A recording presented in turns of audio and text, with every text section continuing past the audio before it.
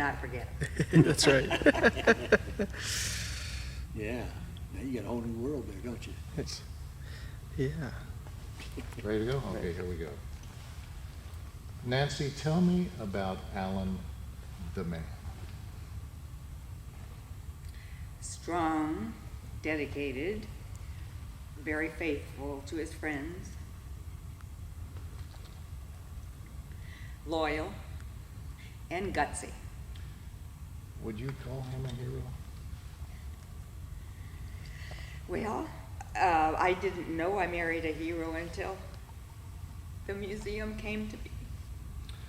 Now, he had a passion about that plane right behind you. We know what he did, but had it not been for him, chances are that would not be sitting there in Evansville, where it rightfully belongs. That had to be an incredible passion of Alan's. For a long time, he probably never thought about it. And then somehow, someone contacted him about being a P-47 pilot, and then things kind of evolved from there. Even when he went to Air Corps reunions, he was very quiet about his work. I got information about him from many of the other guys that he was in the 57 Fighter Group.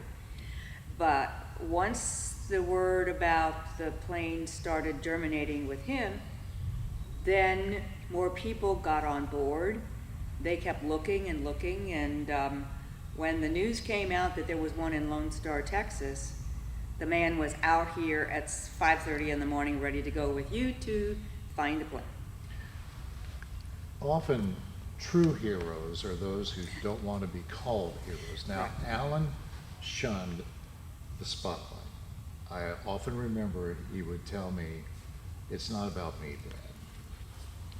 Can you elaborate on that? Yeah, two gentlemen came to the house about the honor flight, and he kept saying, no, I don't need to go. There's plenty of other guys that are more deserving, and I've already been there. I don't need to go again.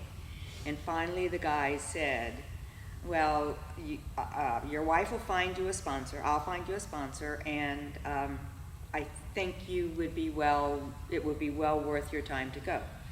So then he decided that he would go, but only after they pushed. The one thing he wanted his legacy to underline was that he was so interested in what young people knew about our country. And he felt that he could see the disconnection sometimes with history, with young people, maybe the last 2 or 3 generations. Why did he feel that way, and what did he want to change? I know he went to a lot of the schools, and Right. tell me about that. Well, I remember Donna Bone and Dr. Mark Browning telling me they had to sit down with him, ask him some questions on what he did in World War II, and kind of urge him to start talking about it, because they wanted him to participate in going to the high schools. So once they did that, it just triggered more memories, and he could talk to kids. The thing that he said to them is, I don't have anything to talk about. Really? So that's what he said, and then they kept practicing with him and talking to him, and then all of a sudden he was in front of classrooms. How did the students react to him? They really did listen. Donna Bone made it a point to share the spotlight of what she knew about Evansville.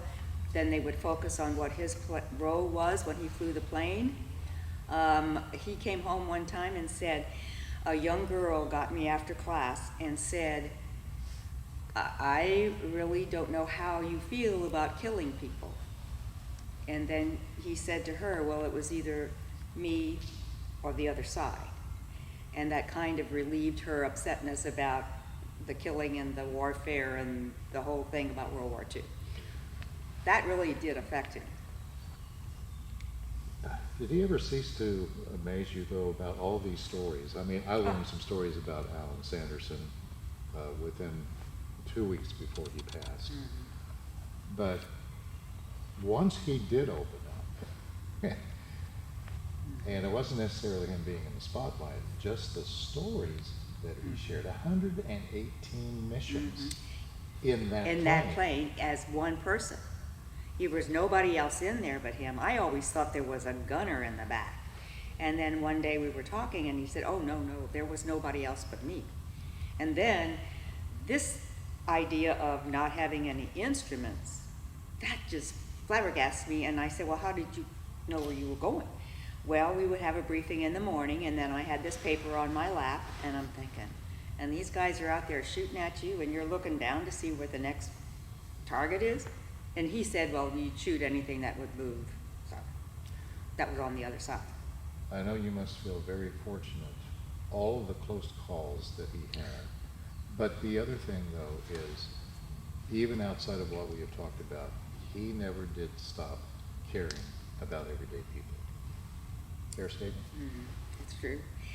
And one of the things I found, this doesn't have anything to do with the war, but as I was going through papers, I knew that he went to banking school for 3 summers in Colorado.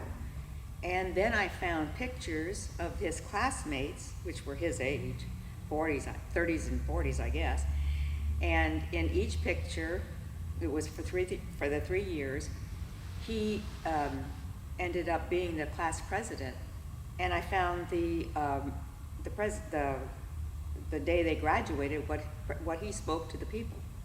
And he always talked about going out there to school, but I never knew he was the class president. So that's just one more thing. And I didn't know so many people at Thrift loved him. One last thought here. I often talk to people I've lost.